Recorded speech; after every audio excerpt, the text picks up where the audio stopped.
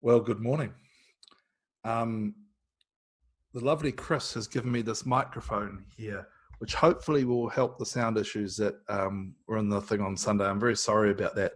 Although it does look something like a rock star might have had 30 years ago to sing into. But anyway, I'm enjoying it. I hope your week is well. It's gorgeously sunny here on this first day of level 3. I'm starting a new series on Sunday, working my way through the book of Ephesians with a bit of help from Karen and Andrew, Team Wilson. And I thought I might do the introduction to that book today and give you some homework. It's probably been a few decades since some of you had homework, but hey, it's not difficult. You won't have to write anything down. You won't have to submit it for marking. It's all right. But how about you read Ephesians several times between now and Sunday? It's not long, and I'm not saying study it and try to wring every little bit of wisdom out of it that you possibly can. I'm just saying read it like you are reading a novel, and just be mindful of what the Lord might say to you as you do. You'll find that you pick up the sort of broad sweep of what Paul is on about quite easily, and it'll give you a good context to sort of consider the detail and as we work it through. Well, to the backstory about Ephesians. It's 62 AD, about 30 years after Jesus was crucified and resurrected, and the Apostle Paul is in prison in Rome. Now, the previous 25 years have been a bit of a wild ride for him. He'd started out on the rabbi career track, studying under a guy called Gamaliel, who was a big, big fish. It would have been like for him, I suppose, being a backbench MP who John Key or Helen Clark took under their wing and groomed for future greatness. Paul was going places. He was going to be a big fish too in the religious world of the Jewish people. People would be quoting him after he died, and he would be remembered as a smart and righteous, law-loving cookie, for sure.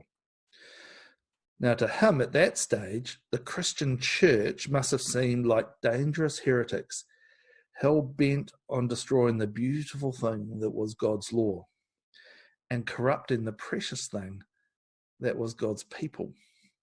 Acts 7 tells the story of the first Christian martyr, Stephen, being stoned. And at the end of the story, it just makes a reference to, and Saul, that was Paul's old name, stood there holding the cloaks of those who'd thrown the stones. Later, he famously travelled to Damascus with the express purpose of persecuting the Christians there. It's a mindset that's hard for us moderns to understand, but to him the church threatened all that he held dear. Their death was preferable to the blasphemy and corruption of the Jewish faith.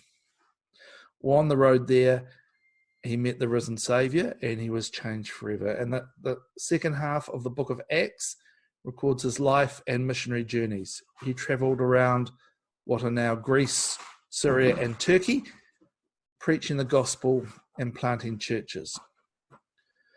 One of the places he visited was a big city called Ephesus on the Turkish coast, facing Greece across the Aegean Sea. Big place. Cultural, religious melting pot. It was a regional centre, and I suppose a comparison for our part of the world might be Melbourne or Sydney. It was home to the temple of Diana, the Greek goddess of wisdom, and that temple was considered one of the ancient wonders of the ancient world. Now, Acts 19 records the 3 years that he spent there preaching and pastoring. And the local tourism industry, which was very big in the local economy, as you'd appreciate, was concerned that he was running Diana down and that the Christians might be bad for business. And there was a thriving trade in Diana merchandise. The T-shirts and the coffee cups and the key rings and all the rest of it. Well, they rioted, so he fled. He went off preaching somewhere else, but in the course of that journey, he became convinced that he should travel down to Jerusalem. And Acts 20 records the very heartfelt final farewell between Paul and the Ephesian church. He loved them and they loved him too. Well, he goes to Jerusalem, he preaches, and he's arrested. Now, for several years, he's waiting in prison awaiting trial, and he's eventually transferred back to Rome, where he is held and he wrote Ephesians. Now, Paul knew that the Christian church and his preaching was an offence to faithful Jews. As far as the empire was concerned, at best an irritant and at worst a threat.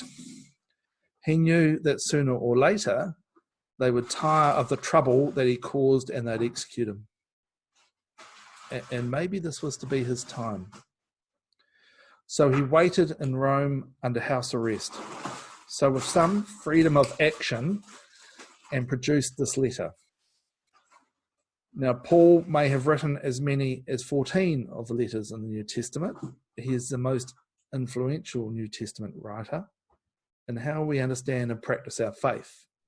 He's a big figure. Now, normally when you do a formal Bible study, you look at who the intended audience was, what their circumstances were, and their concerns. So it gives you an understanding of what's been said and why.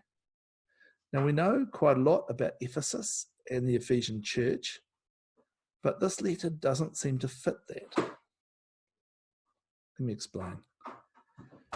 Paul's letters are often full of spiritual and theological ideas, but they were first and foremost letters written to churches with particular issues.